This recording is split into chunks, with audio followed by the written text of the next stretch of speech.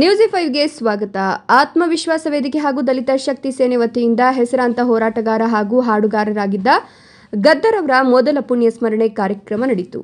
ಬಂಗಾರಪೇಟೆ ಪಟ್ಟಣದ ಸಂವಿಧಾನ ಶಿಲ್ಪಿ ಡಾಕ್ಟರ್ ಬಾಬಾ ಸಾಹೇಬ್ ಅಂಬೇಡ್ಕರ್ ಅವರ ಪ್ರತಿಮೆ ಮುಂದೆ ಆತ್ಮವಿಶ್ವಾಸ ವೇದಿಕೆ ಹಾಗೂ ದಲಿತ ಶಕ್ತಿ ಸೇನೆ ವತಿಯಿಂದ ಹೆಸರಾಂತ ಹಿರಿಯ ಹೋರಾಟಗಾರ ಹಾಗೂ ಹಾಡುಗಾರರಾಗಿದ್ದ ಗದ್ದರ್ ಅವರ ಮೊದಲ ಪುಣ್ಯ ಸ್ಮರಣೆ ಕಾರ್ಯಕ್ರಮವನ್ನು ಹಮ್ಮಿಕೊಳ್ಳಲಾಯಿತು.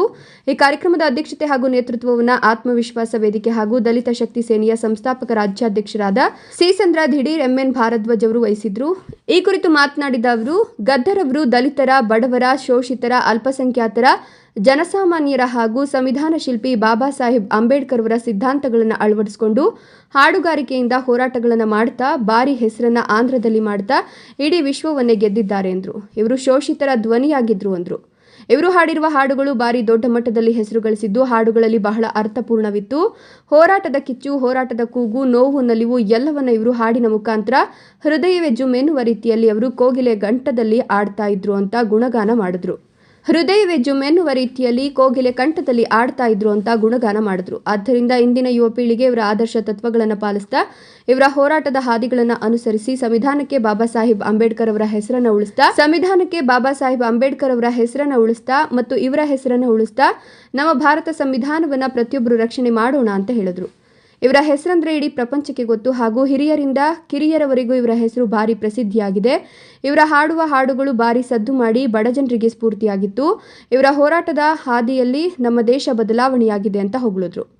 ಆದ್ದರಿಂದ ನಾವುಗಳು ಇಂದು ಇವರ ಪುಣ್ಯ ಸ್ಮರಣೆ ಕಾರ್ಯಕ್ರಮವನ್ನು ಮಾಡ್ತಿದ್ದೇವೆ ಅಂದರು. ಈ ಕಾರ್ಯಕ್ರಮದಲ್ಲಿ ಆತ್ಮವಿಶ್ವಾಸ ವೇದಿಕೆ ಹಾಗೂ ದಲಿತ ಶಕ್ತಿ ಸೇನೆಯ ರಾಜ್ಯ ಪ್ರಧಾನ ಕಾರ್ಯದರ್ಶಿ ಸಜ್ಜದ್ ಪಾಷಾ, ಮಂಜುನಾಥ್, ಸೈಯದ್ ಇರ್ಫಾನ್, ವರದಿಗಾರ ಸೈಯದ್ ಸಮೀರ್, ವಾಸಿಂ ಅಹಮದ್ ಮುಜಾವರ್, ಅಡುಗೆ ಸಂಘದ ಮುಖಂಡ ವಿರೂಪಾಕ್ಷ ಹಾಗೂ ಇನ್ನು ಮುಂತಾದವರು ಭಾಗವಹಿಸಿದರು.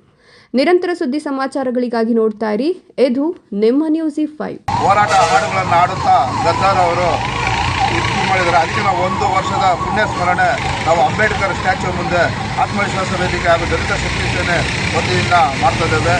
ಈ ಕಾರ್ಯಕ್ರಮಕ್ಕೆ ನೇತೃತ್ವ ವಹಿಸಿದಂತಹ ಆತ್ಮವಿಶ್ವಾಸ ದಲಿತ ಶಕ್ತಿ ಸೇನೆಯ ಪ್ರಧಾನ ಕಾರ್ಯದರ್ಶಿಯಾದ ಸಜ್ಜದ್ ಪಾಷಾ ಅವರು ಕೂಡ ನಾವು ಇದು ಮಾಡಬೇಕಾಗುತ್ತೆ. ಯಾಕಂದರೆ ಅವರು ಹೇಳಿದ್ರು ಮಾಡೋಣ ನಾವು ಈ ಕಾರ್ಯಕ್ರಮ, ಅವರ ಒಂದು ನೆನಪು ಚೆನ್ನಾಗಿರ್ತದೆ. ಯಾಕಂದರೆ ಬಂಗಾರಪೇಟೆಯಲ್ಲಿ ನಾವು ನೆನೆಸ್ಕೊಬೇಕು ಅವ್ರನ್ನ. ಯಾಕಂದರೆ ಅವರೊಂದು ಹಿರಿಯ ಹೋರಾಟಗಾರರು, ಹಿರಿಯ ಹಾಡುಗಾರರು.